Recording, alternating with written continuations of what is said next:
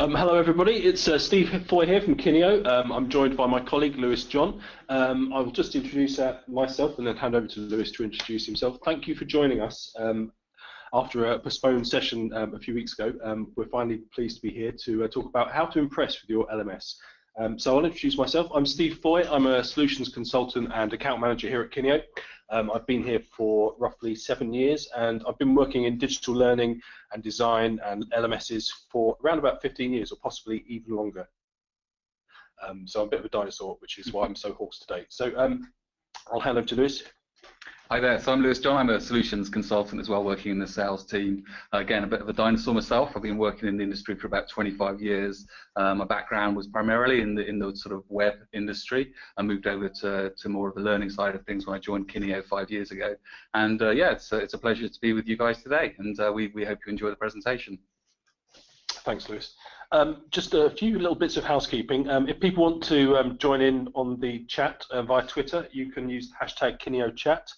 And obviously, if you're asking us questions as we go, we'll try and pick those up throughout if we need to jump in, or we can save them up till the end. And anything that we don't get to answer today, we'll save up and we'll get back to you after the webinar. We'll also be recording the webinar and sending that over, making that available to people sort of within 24 hours thereabouts. So so you'll be able to get back if you missed anything. Now today we're going to talk about one of these wonderful things, really, user experience, user-centered design, and all of the things that you hear that begin with U around users. What essentially we're talking about is what makes for a great design, and really kind of, you know, how we can make learners, users happy and give them what they want, really, and make for a great experience, increase performance, get a better return on investment, all of those things. But broadly, we're going to be talking about three sort of key areas. So we're going to be talking about what makes for a key design, where we'll talk about, you know, what is user-centered design, what is user experience, what does it mean, what principles there are, and then kind of looking at it from a wider perspective. And Lewis and I will sort of pass the baton back and forth a little bit throughout the presentation. Lewis will then go on to talk about features and functionality and the kinds of things that actually, you know, we know from our own experience really kind of work. They drive up engagement. They kind of get people working and performing better. I'm really just talking about how, you know, every project is different. So, you know, one solution for one approach for one project might not work for another. So it's about understanding your users and knowing what's going to work for them. And then really we'll kind of look at some examples of how we have tried to deliver designs which we, you know, hope are taking design to the next level and really kind of creating a very high level sort of high-end design experience for people. And then we'll pick up questions at the end, really. So without further ado, I'm going to start off with a poll, which I've never done before, so bear with me. I'm just going to ask you a very simple question. Which of the following statements is true for you? 1, we get great feedback on our LMS, our users love it, or words to those effect. 2, we get terrible feedback and our users hate the LMS. And lastly, we don't get much feedback at all, users seem to get on with it okay. So we value your responses, really, and we'll pick those up at the end and see if there's any insights we can share on that. So vote now. The lines are now open. I can see some stats feeding through already. I don't know if you want to pick those up now or come back to them. Should we come back to them later? We'll come back to them later. Yeah, okay. Give you something to stay here for. Right, so we've closed the poll and we're now moving on. So basically, first of all, I'm going to talk about user-centered design and user experience. Now, obviously, I'm not going to go into massive detail on this. Still see the poll. Sorry, Lewis has just told me that you can still see the poll, so I need to close that.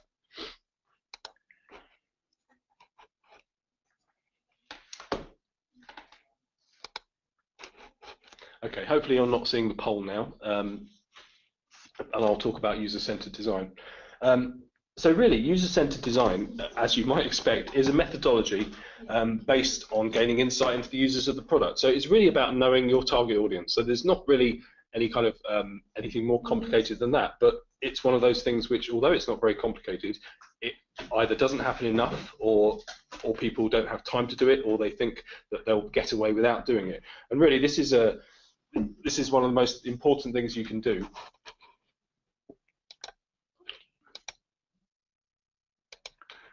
So we've got a slight technical hitch, which is that you guys are still seeing the poll, so we just need to take that off the screen. So just bear with us for 2 ticks, and we'll try to get rid of the poll. So maybe we need to hit share results. Yeah, okay. So on our screen, I'm seeing something slightly different to Steve because he's seeing the presentation and I'm seeing the results. So it looks like using GoToWebinar, we need to look at the results straight away, and we can see on the feedback we get that you guys haven't been getting a lot of feedback from your users. So people seem to get on with it and don't really kind of give you a lot of feedback on it. So I guess that's not altogether surprising, but maybe what's not so great is the fact that 20% of you are saying that you get terrible feedback, and only 7% of you are saying that you get good feedback. So perhaps that's not a great place to be in. So perhaps some of what we're talking about today will feed into, in the future, creating a bigger, better system for you guys. And yeah, let's see if we can move on from that poll now. Thank you for bearing with us. Thank you for bearing with us, people. We were desperate to show a poll, and now we're probably never going to use one again. Now we regret it. So as I was saying, while people were scurrying around under the table here, user-centered design is really just a methodology for finding out about your users and finding out about what they need from a product or a system or anything really, and as well as matching those to the needs of the business. So really, and this is an approach that we use in all our projects, whether it's a learning content project or an LMS project in the case that we're talking about here. And really, we start with business objectives. We find out what the business is trying to achieve, and then we look at how we're going to achieve those objectives using a user-driven design philosophy. So this is using real people who have worked within your organization and are likely to be doing the same sorts of things that you're trying to achieve. So really, we'll show some examples of how we've done that on actual projects a bit later on. But really the key thing is about understanding your user, understanding the business, and working out how you can align their needs with the needs of the business to design a system or a product which is going to work. They're going to feel happy using it. They're going to understand it, and it's going to be something which doesn't present obstacles to them, because those obstacles will obviously impact on your business performance. Now, we talk about UX, and that phrase gets bandied around an awful lot, and I'm not sure how many people know exactly what it means, but if you think of user-centered design and as something which is designing an interface and making sure that that's going to work and be easy to use, the user experience is a much broader remit. So we're talking about the end-to-end experience and process of that user interacting with a product or a thing or a process. So user experience design focuses on improving people's experience and their interaction with and perceptions of a product or system. So those are, obviously more or less dictionary definitions, but we're going to show how those things work in practice.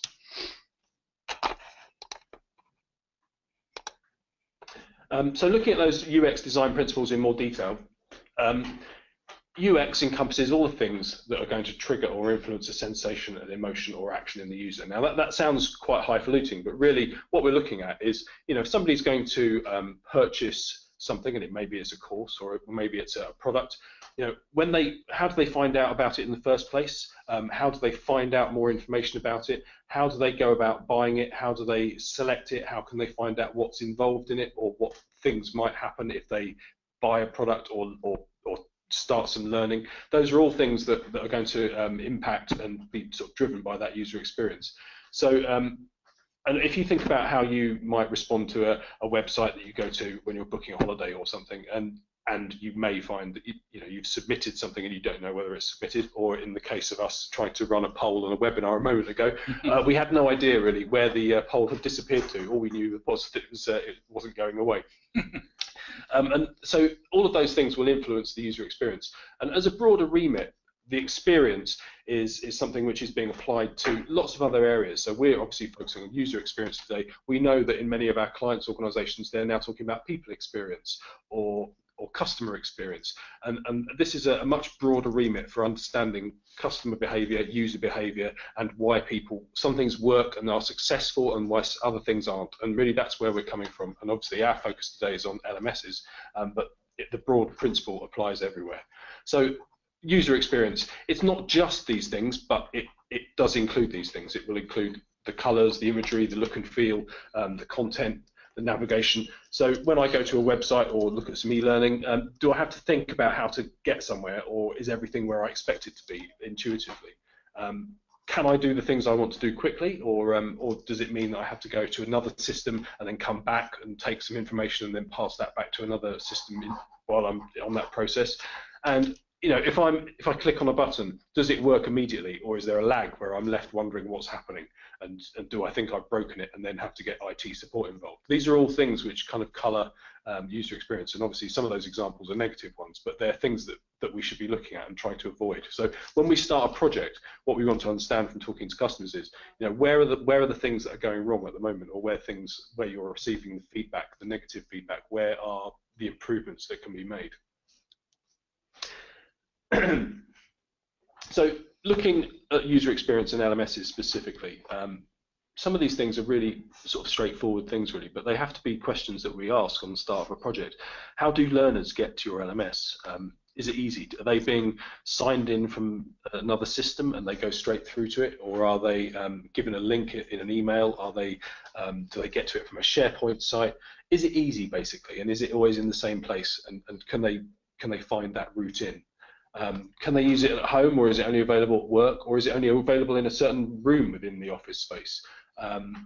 Are the learners given lots of choice about content, or are they just given the things which they have to do? So are you only giving them access to compliance topics, or is there a kind of self-serve menu of content that they can go and look at? And then sort of other things really which also impact on user experience. You know, if somebody doesn't know how to do something with the LMS, or they're having trouble getting into it or doing something, are there people in the business that everybody knows they can go to get help? How quickly are support issues dealt with? And you know, this ties back into the poll at the start. Is there a way for users to provide feedback? And you know, are you getting that feedback, and what's happening with that feedback? You know, obviously in an ideal world, you would know how your users feel about it, and you'd kind of have a program of improvements in place. So those are all things that we kind of like to think about.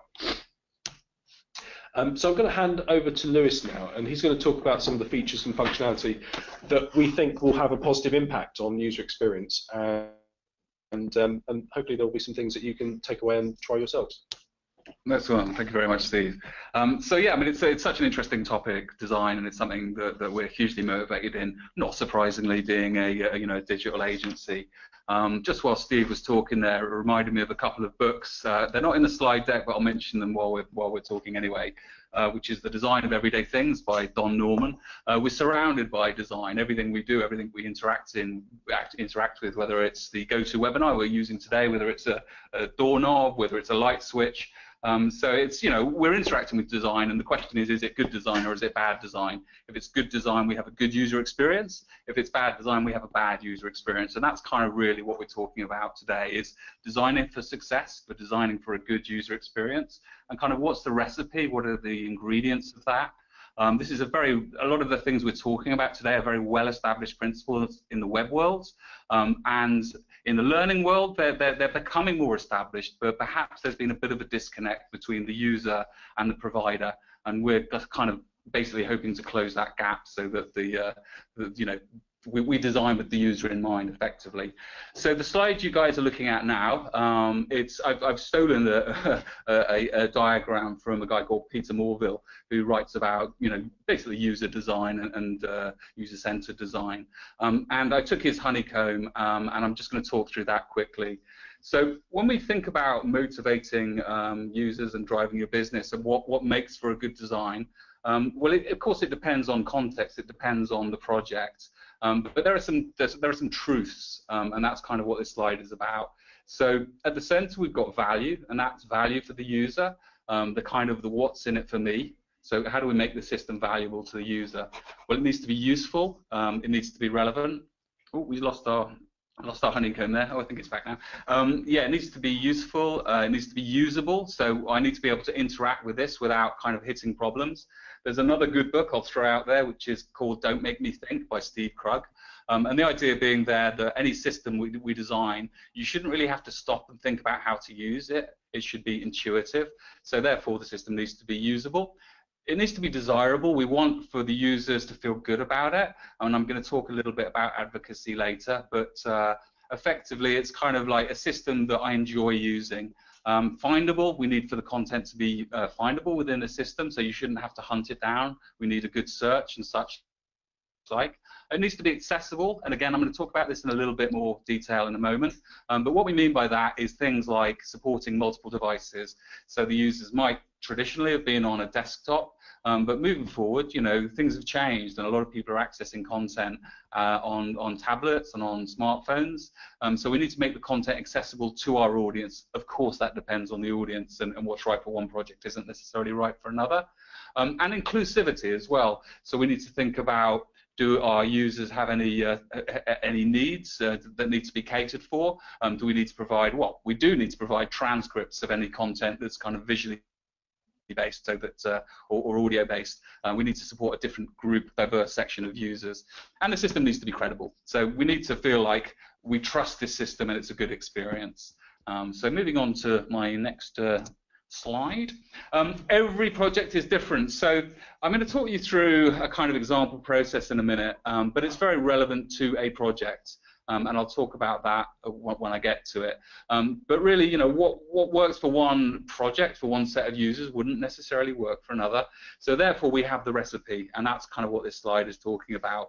It's looking at your existing site, and we saw from the poll earlier that maybe you're not getting great feedback from it, or you're not getting any feedback from it at all. But we need to know that. We need to know what the pain points are for our users in this system. What would make it work for them? What functionality it has that they hate, or what functionality it doesn't have that would drive a lot of value. So it's all about learning about our users, learning about the system, looking at any metrics we've got in the past, learning from them and applying them. Sorry. Task analysis. So what do the users need to do on this system? Are they coming in as guest users and kind of arriving at the site for the first time? What's the reason they've come there? What's their primary tasks and secondary tasks? And in order to help us do that, we develop personas, what are called personas. They are effectively kind of fictitious characters that represent the users, and we would have a range of personas, but they're based on real information. This is the crucial thing. So we do interviews with users, we do surveys, and we develop these personas based on real information. So they are reliable and realistic representation of our audience. And as it mentions here, they're based on qualitative and quantitative research. So we write scenarios, we write the user journeys. We also, at a system level, we set meaningful goals and targets. What do we want to achieve through the system? How are we going to know if we've got there, if we haven't kind of set any benchmarks or any reference points for what we want to achieve? We also need to remove barriers to adoption, whether that be supporting multiple devices, which we talked about earlier, or whether that be something as simple as single sign-on, so that you can click straight into the learning platform without having to log in again. And we can achieve that through integrations with, with your network sign-on and that kind of thing. And also prioritizing requirements. Let's not try and do everything from day one. Let's think about using something like the Moscow approach, where you look at the must-haves, the should-haves, the could-haves, and the won't-haves, and really prioritize and think about it as a minimum viable product in the first instance. What's going to make the most difference? Where do we want to spend our money and invest our time in order to give the maximum sort of bang for the buck? So moving on to the next slide. And this is really talking about how to take the learners to the next level.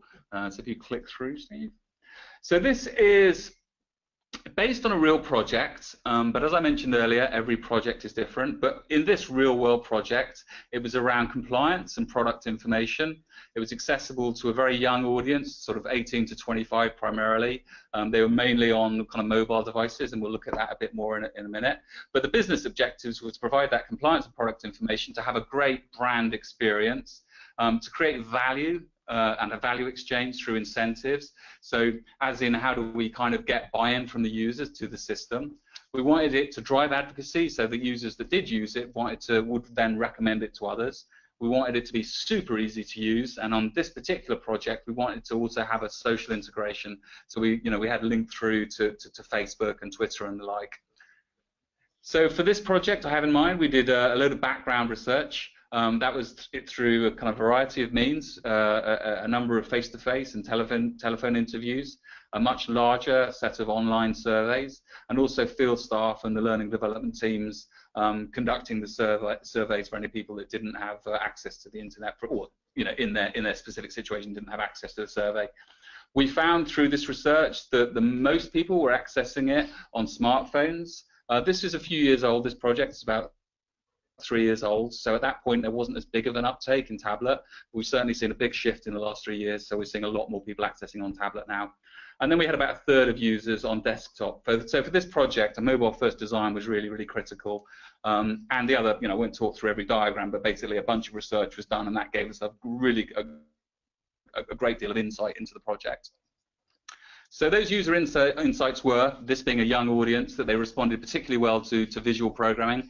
These are people that maybe hadn't followed an academic path, so video-based learning was very successful. Bite-sized learning was also critical, and incentivized learning, as in they needed to be rewarded for the time they spent on the platform. We wanted the system to feel like it was exclusive, almost like a members-only kind of area. We wanted it to be gamified. It's a young audience, so they play a lot of games. They're also highly motivated by competition, so we wanted to have competition between different groups of users. There was a sweet spot in the middle there, which is that the platform needed to be sort of natively social. It needed to feel like a tailored experience, and it needed to be targeted for mobile as well, which we've talked about a little bit already. So we took some different inspiration for this project. We had the Australian Dumb Ways to Die site. So we just kind of played in the conversations with the users through a set of different systems and talked about what they were and whether they appealed. And the inspiration we drew from that was this very sort of humorous site, which is Dumb Ways to Die, which is around rail safety in Australia. Duolingo, very, very competitive. Duolingo provides rewards for you kind of engaging with the system, and Strava is very competitive, so you use it, you log your runs or your rides, and then you see the times that other people did it in. So again, these were some of the inspiration that fed into this particular project. Some of the quotes and feedback we got were that, again, competition is a really big thing for these users. They like rewards, and they like to use it on mobile devices. Throughout this process, we then did a bunch of wireframing, we created mood boards, and we also thought about the kind of the style guide, not only in terms of the visuals, but also in terms of the tone of voice.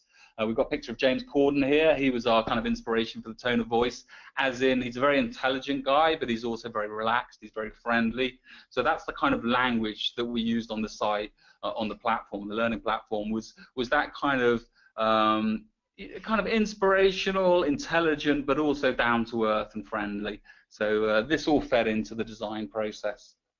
We also incorporated badges on the site. The idea of rewards was achieved through a number of means, but one of them being open badges.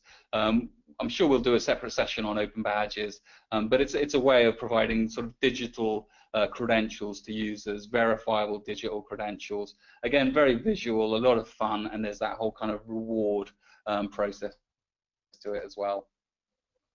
So I'm going to show you an example project now, and I hope this works. So this project, it's one that I've been working on for about a year with a client for Wella Education. It's a learning platform that's targeted at salon owners and stylists across the world. It's a mobile-first design. Most of these users use their smartphone and tablets as their primary means of accessing the internet. They typically don't access via desktops or laptops. It's multi-branded, it's multi-themed, it's open to all, but you have a kind of enhanced experience if you do register. So that kind of barriers to adoption was part of this project as well. We wanted it to be open to everyone, and the Totra platform that we use for it is great for that, and actually there's very few learning platforms that do support that. It's integrated with SAP. We're doing a bespoke iOS app for the project as well at the moment. It's a very cool project, and I'm going to try and show you a video which is only about 1.5 minutes long, but hopefully it'll just give you a feel for the project, and I've got a couple of slides off the back of it. So let's try and load the video and see how we get on. Cool, you press play. So I don't know if you're going to get the audio. We have got some audio here. So I'm not sure you're hearing it, but there's a bit of music going on in the background.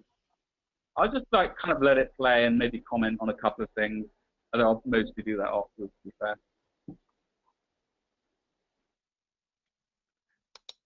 Oh, we lost it.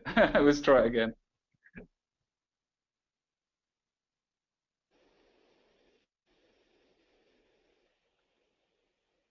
So yeah, just while you're watching, effectively it needed to look and feel like a best-of-breed website, and that's kind of our design criteria for it. You know, we don't want it to be or feel like a dusty environment.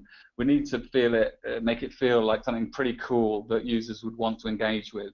The content's fantastic, so we didn't want a barrier for the user to get to that content.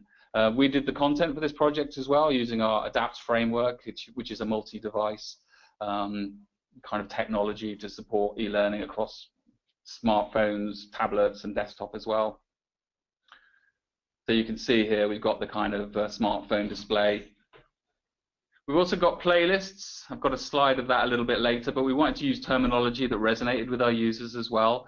So we kind of used the Spotify inspiration to call it playlists rather than learning plans. So it's all thinking about what would our users, what works for our users. And we discovered this, of course, through talking to our users and understanding what their needs and motivations were. So we're kind of getting towards the end of the presentation now. But I'll just let it play out to the end if that's okay. Cool. And I think we're done. So if we move on to the next slide now.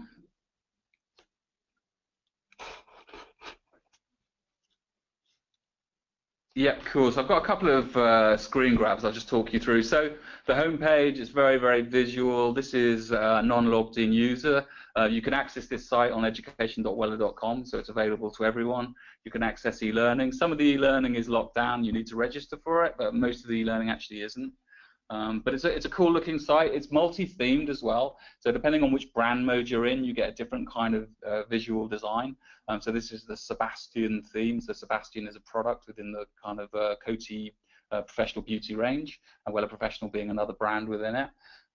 So the platform supports different kind of branding, and that was important for the user experience design that we wanted. We wanted it to be a tailored brand experience. Here we have the course catalog. So again, it feels like a very webby experience. We can filter content to very, very easily find the content we're looking for without any sort of messing about, as it were.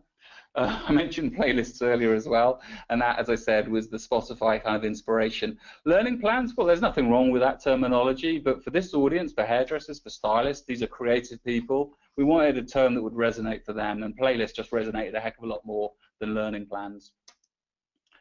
And here we've just dived into an actual course page. You can see the course is a very clean, minimalist design, so the visual design is crucial to that overall user experience design. And this is the way that we can kind of launch the SCORM-based content. We've also got video-based content, lots of how-to videos on this site. The e-learning is very short and snappy, but there's a lot of how-to videos as well. So this is all, this is all what makes for a great design. We've had fantastic feedback on this site. The users love it. It's just, I think, I'm a little bit biased, but I think it's a great example of great user experience design. So moving on, I'm going to hand over back to Steve Foy to talk about RNLI. Thanks, Lewis. So yeah, basically we've been working with the RNLI as LMS partners really for about, well, since Totara was invented. So until I think 2011 was when we first started partnering with the RNLI, and we put one of our first Totaras in place for the RNLI back then, and which was a great project, a very sort of long and detailed project, because obviously the work they do is very serious, and there are lots and lots of qualifications and certifications that they need to manage for around about 40,000 volunteers nationwide, from life-saving and anything that a crew member needs to know and be able to demonstrate. So recently, in the last 2 years, we've upgraded their Totara LMS, and we've given it a bit of a refresh. But when we come to when we talk about UX with RNLI, what we're talking about really is how we've been able to take the pain out of assigning courses to people and assigning learning plans and the kinds of things that people need to get access to without really having to think about it. So for the RNLI, obviously we've got there are 40,000 volunteers nationwide. We've got roughly 20,000 registered users on the site here in the UK.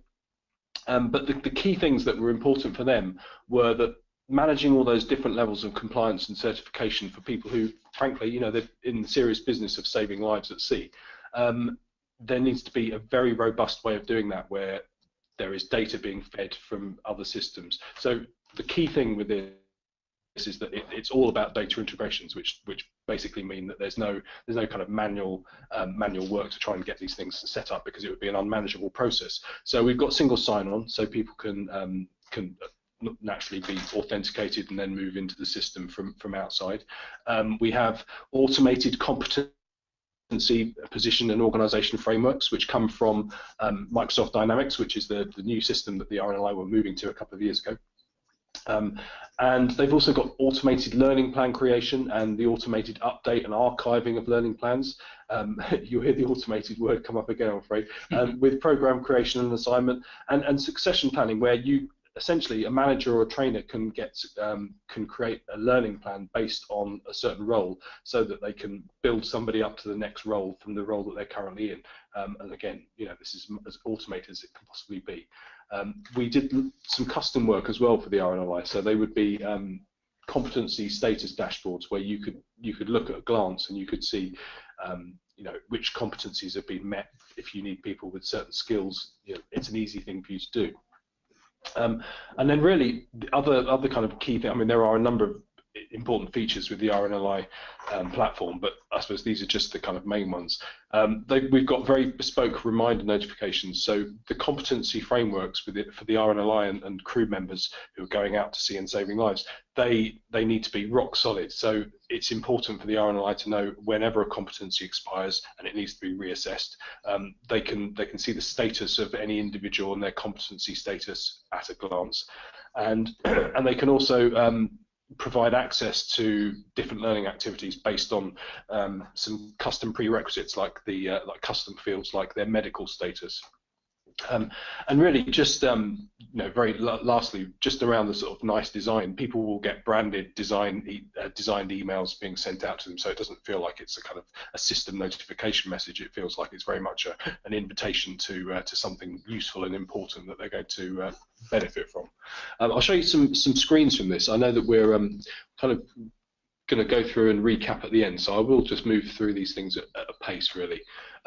It was really important that the important work that the RNLI does is kind of given some kind of credibility in these images and designs that we came up with for them. So it's all about people. It's about essentially the things that they do. So it's about being at sea. It's about saving lives. It's about being brave, and but also it's about life. And so those things are all reflected in these designs. Everything they do is about saving lives, so it makes sense for us to show pictures of people on there.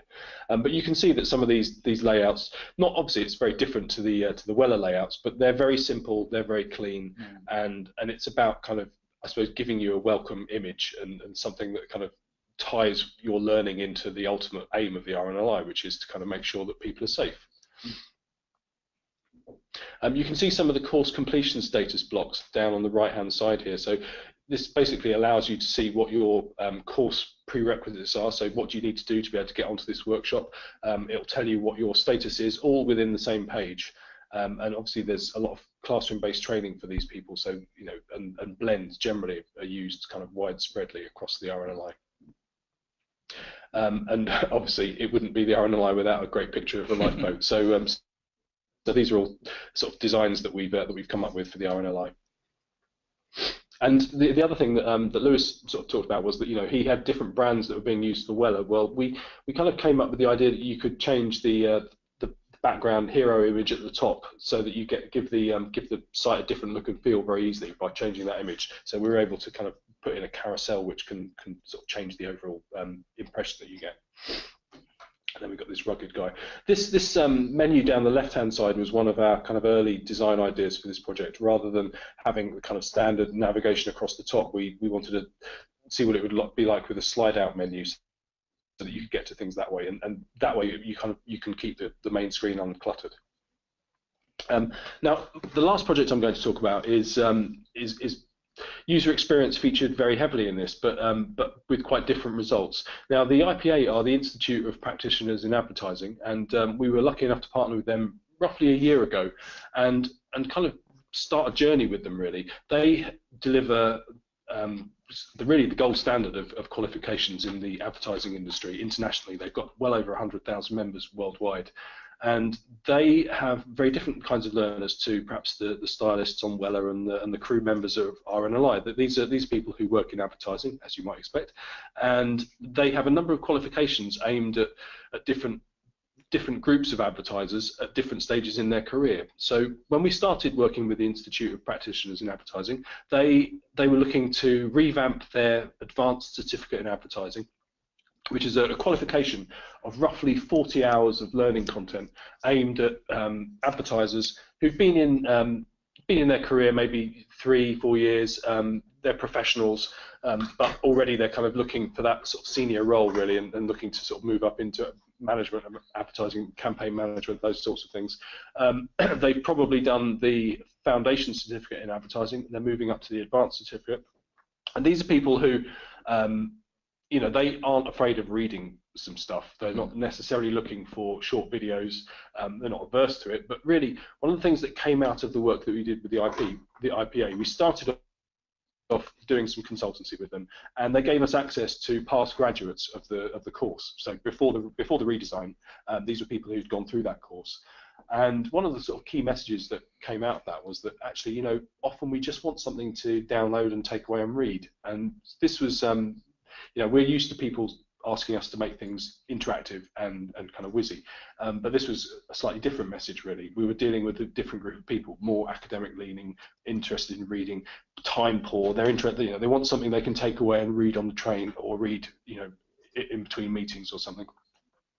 And the obstacles that they were talking about that they'd experienced previously were the platform that they'd had in the past had problems with performance, so it wasn't very fast. So we talked earlier at the beginning of this when we were talking about user experience as being a much broader remit. So, you know, do things respond quickly? Is it intuitive? And these are all some of the key things that were coming out of the conversations we had with the IPA. So they had a performance issue in terms of the systems weren't really working speedily and effectively. It was also falling slightly behind. It wasn't compatible with smartphones and tablets, so that had to be looked at. And then really just sort of generally they didn't have a degree of autonomy that they wanted. So when they wanted to change something on the platforms and content they had before, they were very much tied into going to a third party and having to get that stuff done. And it was obviously a more laborious process. It can be costly to do that. So our brief was really to come up with a platform which would work seamlessly with the first qualification that we were helping them redesign, which was the advanced certificate in advertising. And also it was going to be something which was going to be relatively simple in design terms, so that they could manage that themselves and update and create more courses, and it would be a scalable, future-proof solution effectively. And we had a number of things that we could do to help that. So I'll show you some of the screens for this, and this is our last example really today, and I know that we're kind of nearing the end of our presentation, so if people want to ask us more questions about this and get the slides, we can obviously share those, and as I said, the recording will be going out. But just to kind of show you some of the examples of the IPA. Again, this is very much tied into the IPA's brand, and it's also tied into branding which they have across their different qualifications. So they use a number of different colours to denote the different qualifications they offer. So the foundation certificate is blue, and the advanced certificate is this kind of fuchsia pink. So this is one of the courses within the IPA platform, and this is obviously a module on media context for comms planning. So it's serious stuff. And if you look down towards the bottom of this screen, you can see that there's a status which is all not started or completed. Now I can't show this to you on screen grabs, but we developed in-house a filtering device which we called Isotope, and it means that by clicking on filters you can just reorder things dynamically on the screen. So if I clicked on all, it will show everything, and if I click on not started, it will remove some of the things that have been started and only show me certain things. This is something we're also bringing into our e-learning design as well, and we've got examples of this that we can share individually if you want to get in touch with us. But really this is delivering an academic qualification with a lot of content, and so things like these filtering devices were really important. Again, I talked about the fact that the qualification in the platform they had before didn't work with multiple devices, and it didn't perform, it didn't deliver things quickly, so pages would take a while to load. So we've got this very simple geometric design, which we used for them. On the left, you can see the mobile version. In the middle, you can see the Excellence Diploma, and on the right, the Advanced Certificate in Advertising. So you can see there's a consistent design across all of them. But if you're a member of the IPA and you're doing some CPD with them, you'll start to recognise and understand where you are. So if you're working on multiple qualifications for them, you'll be able to know where you are by the colour, because these things mean something to an IPA member. So those are just some of the sort of examples of the work we've done with them. Now we're moving on to recapping. So if I come up with let you know some of the things that we've talked about, and some of the things that maybe you could take away. Clearly, digital projects are a big investment. We know they cost money, and you want to make sure that you get the best bang for your buck, as Lewis said earlier. So if you want those investments to land well and be successful, UX principles are really what you need to be embracing, and really they need to inform everything that you're producing. So key thing, if you take away one message from today, know your target audience, meet them, talk to them, and design for them. If you're designing something and you have no input from your users, then expect things not to be perfect first time. So do lots of mapping and drawing and scribbling. Write down what your users are asking for. No matter what they say, no matter what crazy ideas that you may hear from them, just note them down, because they might be relevant. Keep user journeys as simple as possible, and this is something that Lewis touched on with personas, and this is one of the ways that we try and keep those user journeys simple. We kind of work out, who is the persona? Well, we've got Fredo. He's a new starter. He wants to get to the content that he needs to do. He's new and doesn't understand everything about the organisation. So we make sure we present things that he needs as easily as possible. He doesn't have to look for them. Be wary of obstacles and how to get rid of them wherever you find them. So this can be simple stuff, really. If people are using mobile phones and you've designed for desktop, well, there's an obstacle. If people are losing their password and struggle to log in because they have to renew it every 2 months, use single sign-on. That's an easy thing to solve. And then really, finally, ask yourself, when you've got some kind of design in front of you and it's starting to take shape, ask yourself, would I be happy using this? Is this something that I would be content to work with? And really, if the answer to that is no, or if you're not sure, then it might mean you've still got some work to do. That's really the end of our presentation, but we would like to take questions, and we would like to follow up with anybody who needs some follow-up. So I'm going to have a quick look at some questions. Yeah, I think most of the questions, to be fair, have been covered off already by our colleague here. So I can't see any other questions, unless you can, Laura.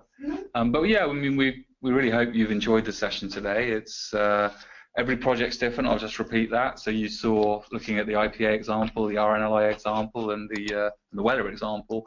These are very different projects, and therefore the design requirements are different. What works for RNLI wouldn't have worked for Wella, and vice versa. So that's I think, one of the biggest takeouts for you guys. It's not like there's a single solution that works for everything. The solution depends on the needs of the business and the needs of the user, and the solution needs to be tailored on those, tailored around those key kind of criteria. So yeah, anything else from you, Steve? We've got a slide up here for where next. So there's going to be some downloads, there's going to be some follow-ups. You can follow us on Twitter and the like. Oh, so I think we've got a question.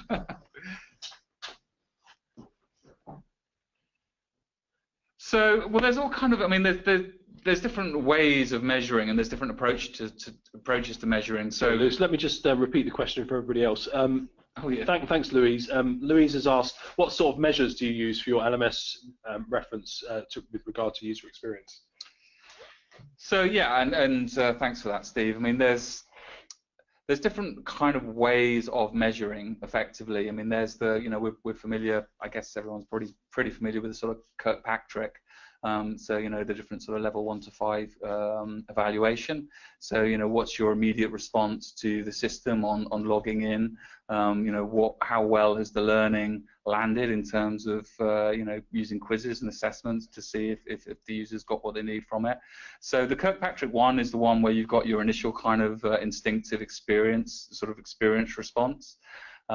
There's also, we partner with an organisation called Boost, which is an independent evaluation agency, and as part of a project we can benchmark right from the get-go what we want to evaluate and how we're going to evaluate it. So it's kind of, I'm afraid it's not a direct answer, but there are effectively a number of means, a number of ways of measuring this. Certainly ongoing surveys, ongoing user interviews would be a crucial part of knowing whether the system has worked. We'd look at analytics as well. We'd see, are we getting, are we seeing an increase in usage? Are we seeing an increase in adoption? Of more people accessing the learning now than were? How do we support that through a kind of campaign? So creating a great user experience on the site is one part of it, but getting users to the site is another. So what campaigns and such like and marketing do we need to support it? So sorry, that's a kind of a bit of a cumbersome long answer to your question, but in a nutshell, there are a number of means, but certainly if we think about Kirkpatrick, that's a great way to kind of set a benchmark for evaluation. I don't know if you've got anything to add to that, Steve. Not really, no. Except that I recently met with some clients who were looking for sort of learning suppliers, learning technology suppliers, and one of the messages that came out loud and clear was don't talk to me about Kirkpatrick. If I don't want to hear about Kirkpatrick. So not to naysay what Lewis has just said, but different people will have different priorities, but I suppose the overriding message is that if you set out to achieve certain things and you know what those goals are, then it's easier to measure them once you've gone into post implementation and continually refer back to them to improve things. Yeah, and just to add to that, I mean, it comes back to the business objectives at the end of the day. I mean, why are we doing this effectively? What's triggered this project? What's it hoping to achieve? And therefore, we're really thinking about the user experience in that context, which is how do we create the best user experience we can to meet those business objectives, if that makes sense.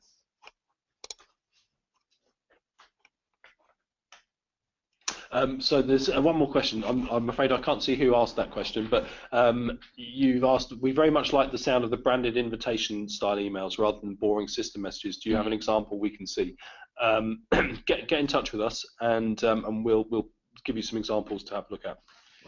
And I think it's a really good question for me anyway, because the user experience starts with that email you get inviting you to access the system, perhaps. So you're already having a brand experience, a user experience, just in that email dropping into your in tray, or the poster on the wall, or whatever it is. So there's that whole kind of journey from your first kind of awareness of the system right through to logging in, right through to accessing the e-learning, and so on. So I think it's a really good question from Janet Eade.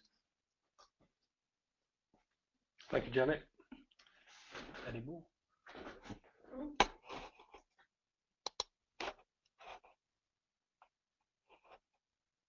Cool.